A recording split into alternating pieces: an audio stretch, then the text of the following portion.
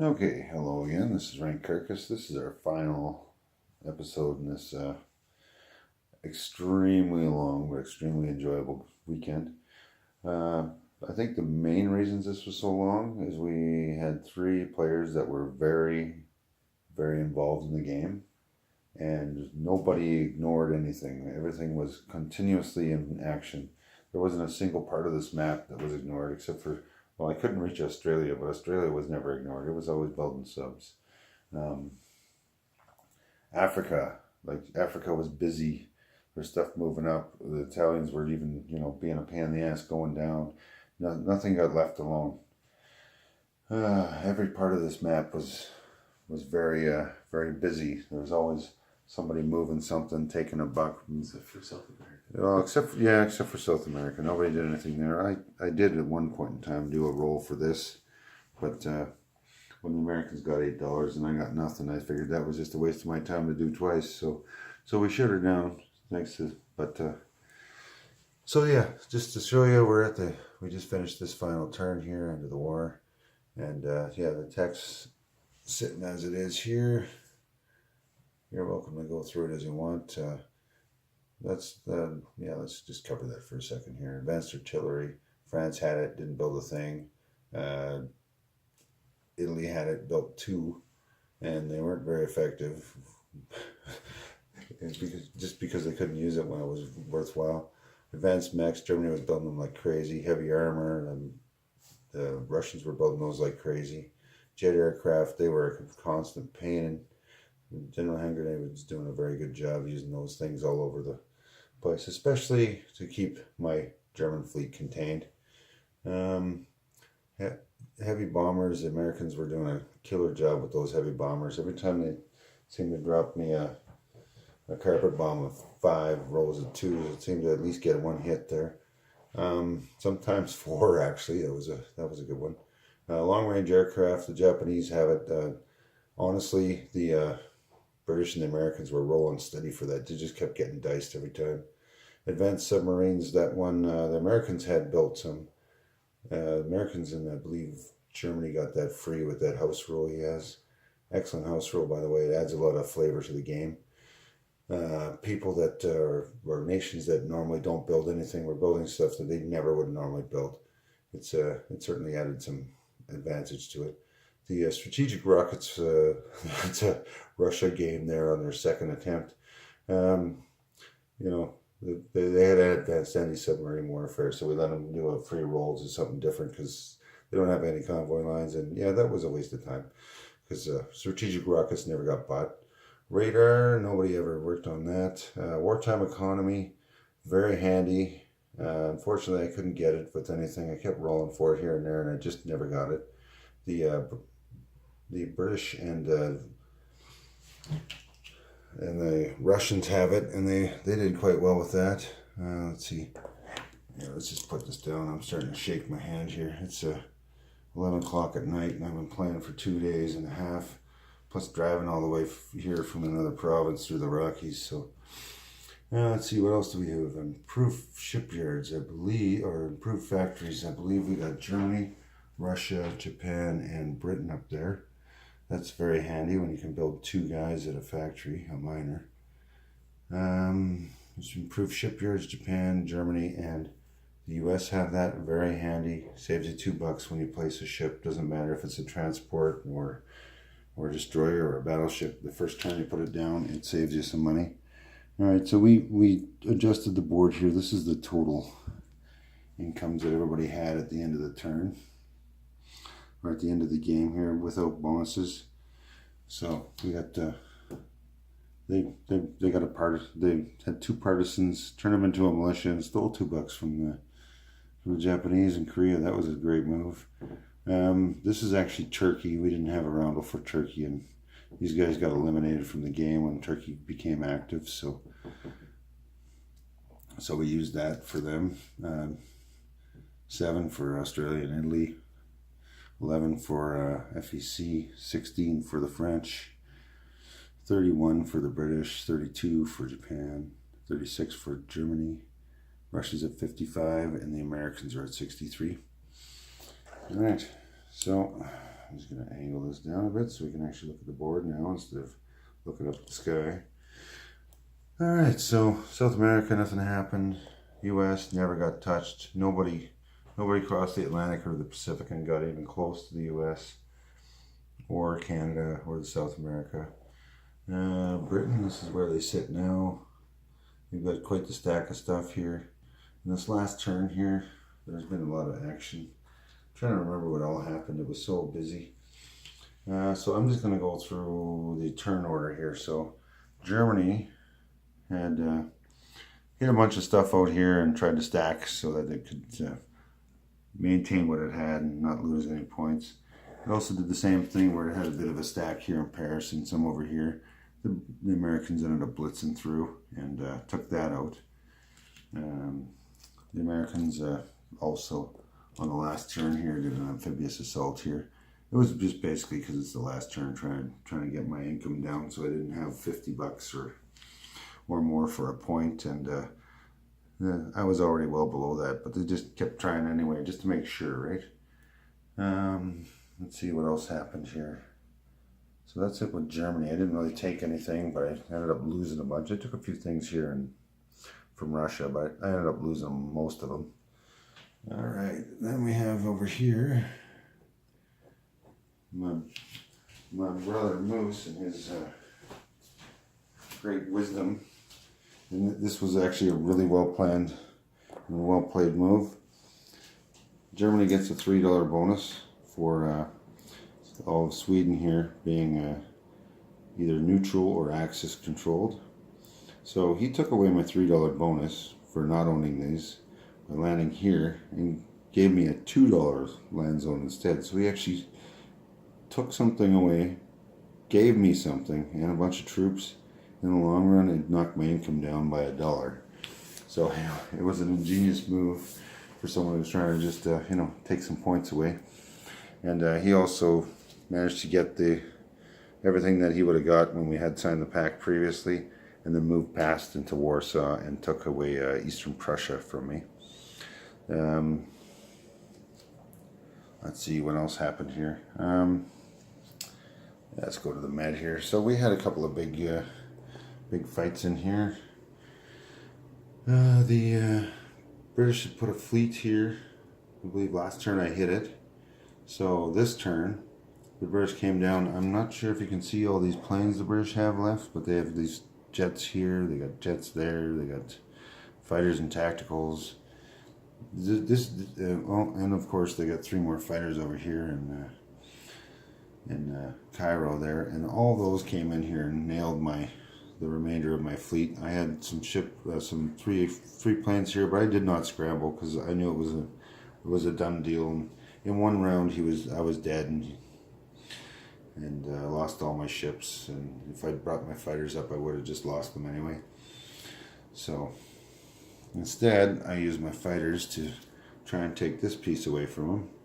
And I failed the amphibious assault, so this advanced artillery and tank are stuck here on the map in the ocean, because the infantry all got wiped out in the first round. Let's see, Turkey has been an amazing change to this game. Highly recommend if you're going to use Turkey for the Axis. It was an amazing turn of the tide. It is the only reason Russia didn't kill me. It's also the only reason that Italy did so well in the Med. Well, it's one of the 2 reasons. That Warplane Z wasn't very good for Germany. Totally defeated me. Well, no, I kind of jumped the gun and attacked too early too. I should have waited, but it totally took $120 or something out of my pocket that I could have turned into 12 tanks and 12 mechs that I could have been rolling against the Soviets and run through them. But yeah, the combination of those 2 allowed Italy to kind of keep control of the Med until this last turn when everybody started piling in here. Alright, Russia and Japan have been fighting back and forth up here. As Japan, I managed to get 9 troops for his. I managed to get more than double his troops there on the border there, so we got that down. That's fun. That's took that point away from him. Let's see here. Down here, this last turn, I ended up having to turn my tail and run. So these, that's my remaining capital ship, and I brought those in to defend it here. Let's see, what else did I do here? I didn't have enough to attack anything, so I just turtled here in what is that, Saigon or Hanoi, and then I got wiped out there by the FEC attack to take away that point. Let's see what else happened. Other than that, not too much happened down there. I got these Japanese subs all over the place. They've been running convoy. A few of them got eliminated, but this one, they missed on hitting it, so I just submerged, and they didn't have an aircraft, so it stayed out there. Since it was the last turn here, I did something crazy that I didn't do the whole game. I built 2 $8 regular tanks and a mech for Japan. Like, I didn't have them. Why? When else would you spend $8 on a regular tank when everybody else spends $6 for it? All right, and yeah, the Americans are still building up on this end. They got a couple of sweet heavy bombers here. So Japan would have been having a hard time here pretty soon. They would have had to start stacking the homeland. Okay, that's about that for that. And oh yeah, we got these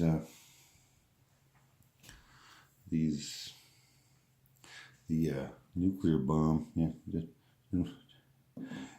so that's how the war really ended here. But in reality, that's not what happened in this game here. Although this game pretty much panned out about the same way the war really did. If you look at it, it ended up being almost historical the way everything was going on here. I don't know if that's just the way the game is designed, or the way we think, or just the way that that sometimes geography is your friend, right? And that's you end up repeating history just because the geography works out in your favor. Australia's been building subs again like crazy. I can't remember if I showed you. I remember I had a fleet here, and the U.S. had a fleet here, and they clashed. Yeah, it was bizarre. All game, General Hand Grenades, Anzac subs were failing, and then when he starts coming in at this stack here, it was just like just started rolling ones and getting targeted hits like crazy the whole way through. It was nuts. Managed to take 6 hits on my capital ships there, just with his subs from Anzac in two different rounds there. All right, so that's the end of that.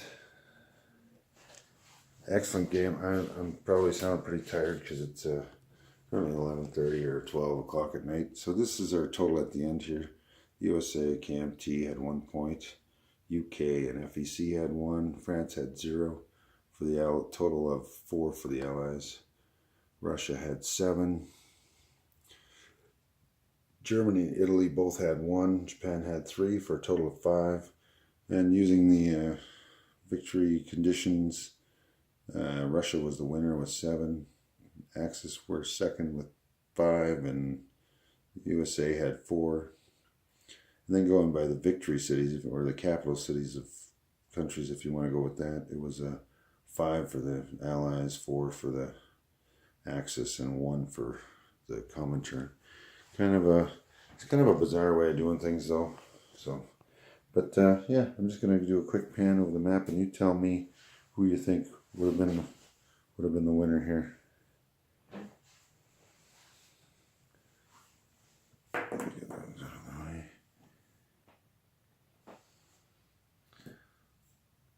Oh, one other thing, adding these partisans in. The last turn here, China had 2 partisans, so this converted them into a militia. Since I didn't have a Japanese infantry there, Korea became a possession of KMT. This partisan rule totally changes the game here. If you think taking the mountains, adding the mountains in changes China, try the partisans. It makes it twice as slow for Japan. Very, very fun though. Well, not so fun when you're Japan, but I could see like KMT has been eliminated, and and the CCP have been eliminated, but they've been rolling in here every turn, every land zone, trying to get me themselves another partisan, and the partisans can take my money or turn into militia and take the land. Like this is another one. This guy just popped up, and this was Japanese, and all of a sudden it's not. That could happen anywhere in here. Alrighty, and yeah, so we'll just slowly pan over those troops up there. Down in here.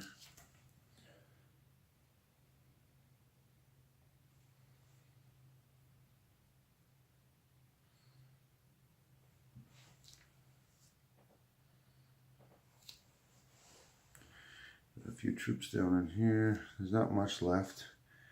Been a lot of, we've been, the last couple turns here have taken us about 5 or 6 hours. There's been so, well, we also went out for dinner and ice cream, which was an excellent time. But yeah, I know I sound like I'm a little kid. Dinner and ice cream. Anyway, this was a great time. I'm very happy that we came down and played this game with Hand Grenade. Met a good friend. He's welcome to come over and play a game anytime, and if he happens to want to play a game with us, we are definitely in. It was a lot of fun, and it was a very good quality game playing with somebody who not only wants to play but likes to play. It was a lot of fun. All three of us were really enjoying our time here, and yeah, good food, good time, good friends. Recommend this to anybody. See you later. Hello again, this is Red Carcass. I'm coming to you from Edmonton, Alberta, Canada. I'm no longer in Prince George, British Columbia. I apologize for the time it took me to put out these videos. I believe I was continuously making a comment to the point where, you know, when I find a program where I can put my clips together into a solid video and put it out instead of 3 or 15 clips for the whole game. I believe General Hand Grenade mentioned if he had $1 for that, and you know what? Honestly, he probably would have got about 20 to 50 bucks out of me for that over the weekend. So, yeah, I was a broken record, I guess. Anyway, we played the 1936 scenario, the 1936 starts rather than the 1939, and yeah, we incorporated 4 expansions. The Elite Fighter Squadrons expansion. That one we just incorporated the units, and we just gave everybody the units right in 1939. I believe the same turn you could roll for tech.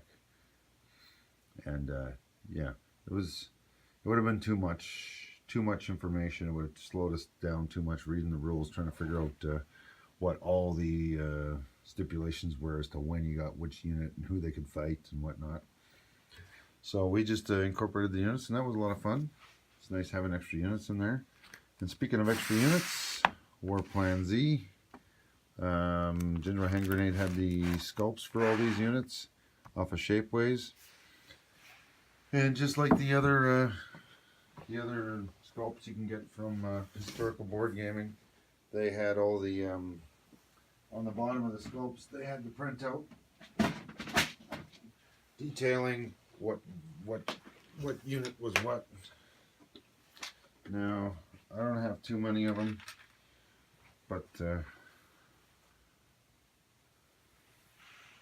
don't know if you can even see that there. Yeah, this is the light carriers I have for the Japanese here. I just got them in red because I have everything else in red from the original Pacific, but it had the names of the ships underneath here, just like this one does.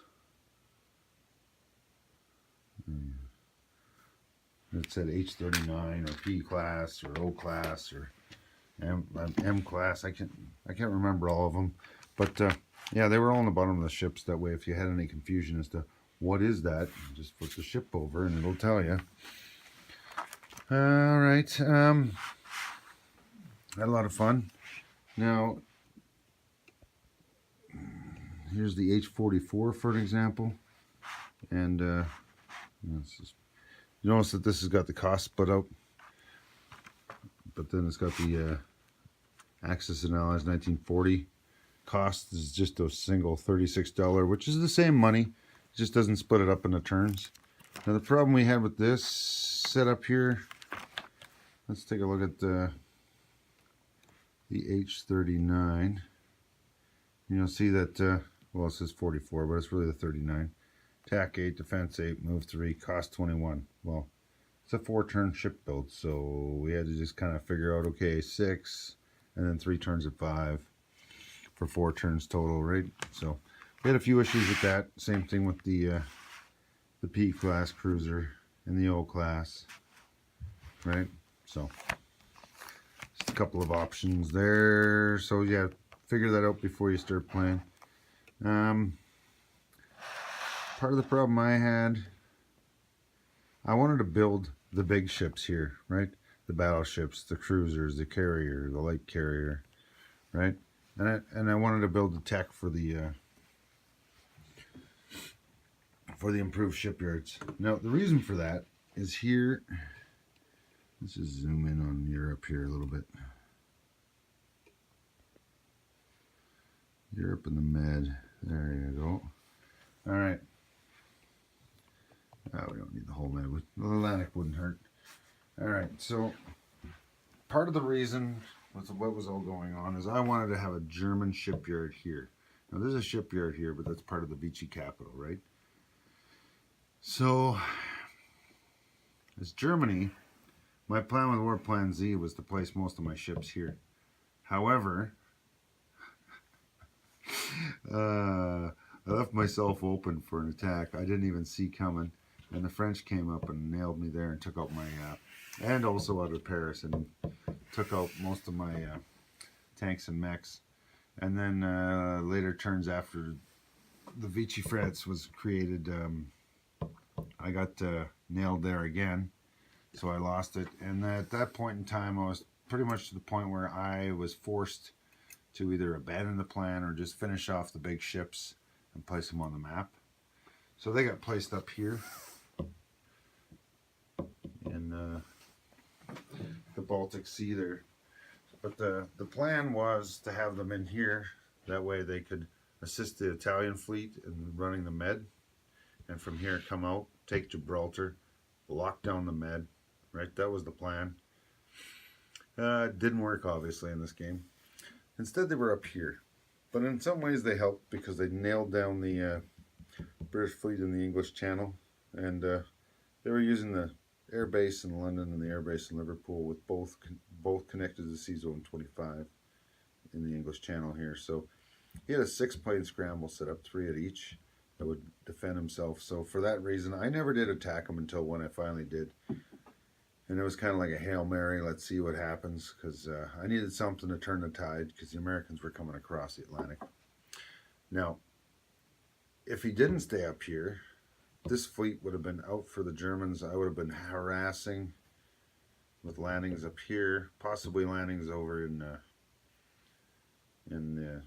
North America, and I would have been absolutely harassing these convoy lines in the Atlantic.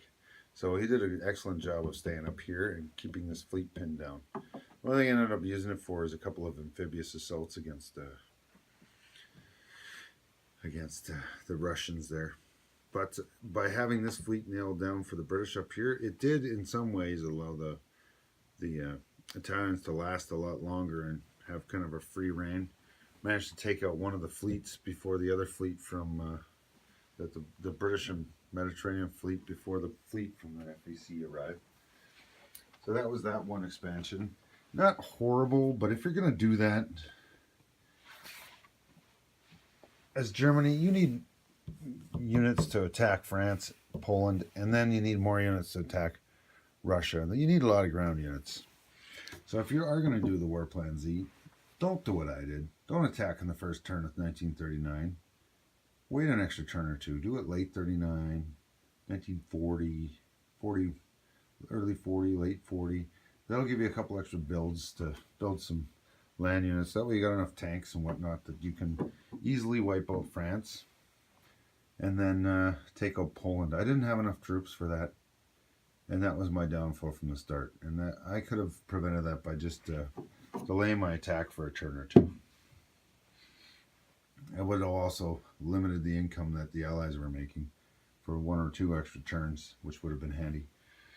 Now, the second expansion we were using is the Turkey at War expansion. And that was an excellent expansion. It gives you Turkey here. It gets quite a few units to build here. Let me get this sheet out here. Oh, no, that's the wrong one. That's an expansion we didn't use. All right. Turkey at War.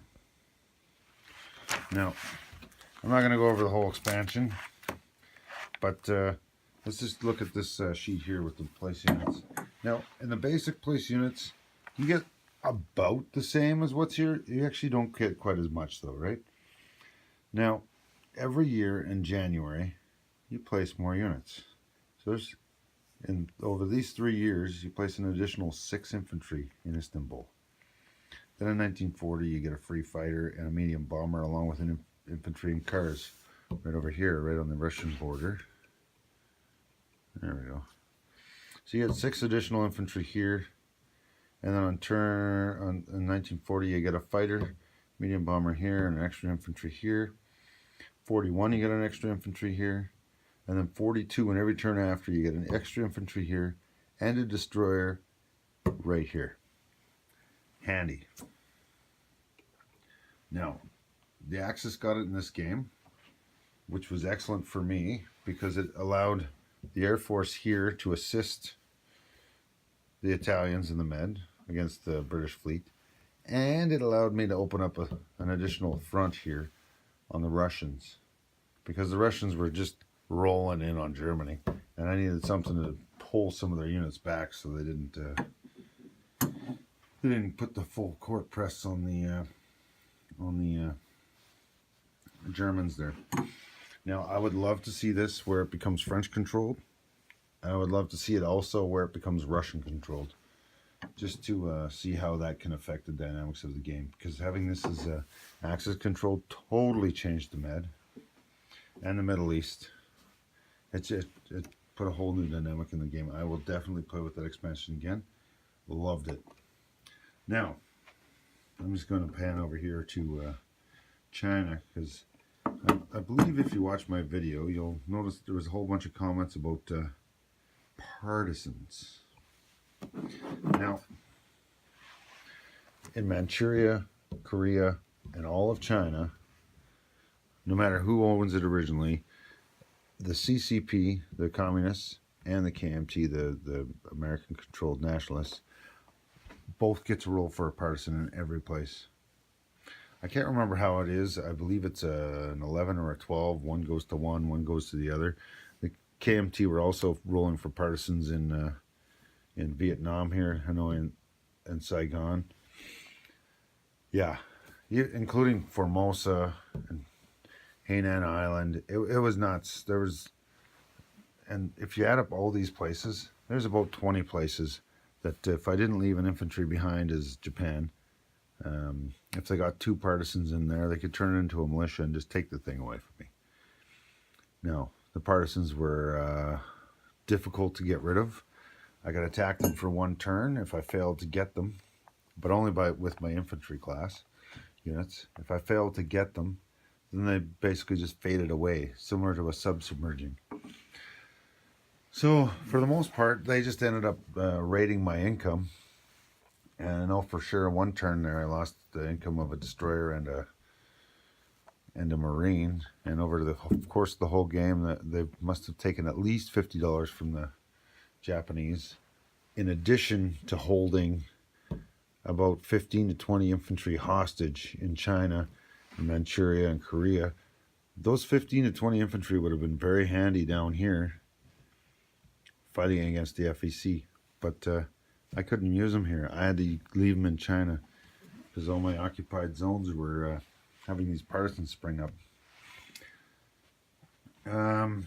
I had a few other partisans here. Let's move over this way a little bit here. So Italy had partisans here in Kashmir. I never remembered to roll them. I just kept forgetting. Turkey had partisans in Azerbaijan, Syria. Turkey actually got 2 partisans in Cyprus, and as a result stole the Cyprus from the British, and that became Turkish controlled. Turkish income, Turkish everything, it just stole it, right? So Turkey was kind of a big deal in here. They weren't that huge, but with the combined money we were throwing at it to try and win its favor and whatnot, and the additional building that was available in this chart here, it did certainly grow. I actually found a few turns there where I was forced to build an aircraft and spend some money on an extra $1 for a partisan role here and there, and then even buying militia at the same time, because it could only build 1 unit at a time. And it really wasn't worth building a factory in Turkey, an additional factory anyway. So that's part of where they got all that aircraft from. They did that 2 or 3 turns, just every second turn, just bought a plane. Italy certainly knows the advantages of that. Okay, so yeah, now the partisans didn't get used as much on this side of the board. I think they were so busy doing the partisans in China that it was fun, but we had so many other expansions because we had the Turkey, we had the War Plan Z wasn't a big deal for anybody else. It just, you know, forced Germany to spend money on ships instead of something else. But yeah, in Paris or in all of France here, anything that was owned by the Italians up here, yeah, the Allies were able to roll for a partisan, which was historically accurate, but it really affects the Axis ability to attack, because the Axis is dead in this game if it doesn't keep rolling forward and taking money and locations away from the Allies. Now, honestly, I think there should be an ability for, say, 2 partisan roles or 1 partisan role in every country. Now, India, Britain, US, Russia, Germany, there should have been the option to do the occasional partisan role just to get the resistance, because there's bound to have been communist and fascist leaning individuals in every country, and when you're at a major war like this, those people can be influenced or motivated to start disrupting whatnot, because partisans in China were basically hitting every land zone they could like it was a convoy, and I had no defense. I had no way to roll against it except for to attack them at a 2 with an infantry for 1 turn and have them fade away if I missed my 1 in 6 chance to hit. So yeah, the only thing I would say with that is definitely it would be handy if there was some way that the Axis and the communists could motivate some partisans to start rising up in Africa, and the Allies and the Axis getting a few in Russia motivated up, and you know, a few in America here, as well as Britain, even Spain, and South America. It wouldn't hurt to have a few just random partisans popping up there. I don't care if it's just, you know, like 1 random. Give me something like the Spanish Civil War, where you have this chart where you get this option to, you know, roll a d12 once a turn. If you get a 1, then this happens. If you get a 2, then that happens, right? That would have added some extra dynamic to the game, because essentially the partisans for the Axis were nothing but negative, and for the Allies it was nothing but positive. So, but honestly, I'll play with this expansion again. Now, that's it for the expansions. Now, overall, if I watch my videos and I watch Hand Grenade's video on the same game here, I'll notice that we both picked up on different things in our videos. I apologize now. I've missed a few turns, especially on the first day. I was just, yeah, pretty tired. I left my house at 5 in the morning, and when I got there, it was you know, we got right into the game and played till 11 o'clock at night. So yeah, it was a long weekend. But yeah, I've noticed that there's a bunch of stuff he covered that I didn't cover. There's other stuff where I covered. He was more, you know, it's natural. You cover what you are, right? He knew everything he did as the Allies, and I knew everything I did as the Axis and why. So if you watch my videos and you're wondering, hey, what's fills in the gaps, you can watch his, and he'll cover some of the differences. I know I also have some stuff on my videos where that's different than his. So I recommend, if you're watching mine, give his a shot. I believe he's got them labeled the same as ours, or mine, Battle in the Bush. And yeah, there you go. Excellent game. Very busy. Very busy. We had the whole map pretty much active. So anyway, thank you, and hope you found this series interesting. There's a few things I did that I would do different, and I'm sure all three of us think. There's a few things I did that I think went rather well, and other things where I was forced to do something or lose it. So they played very well. All three of us did, I believe. Anyway, thank you. Hope you enjoy the series.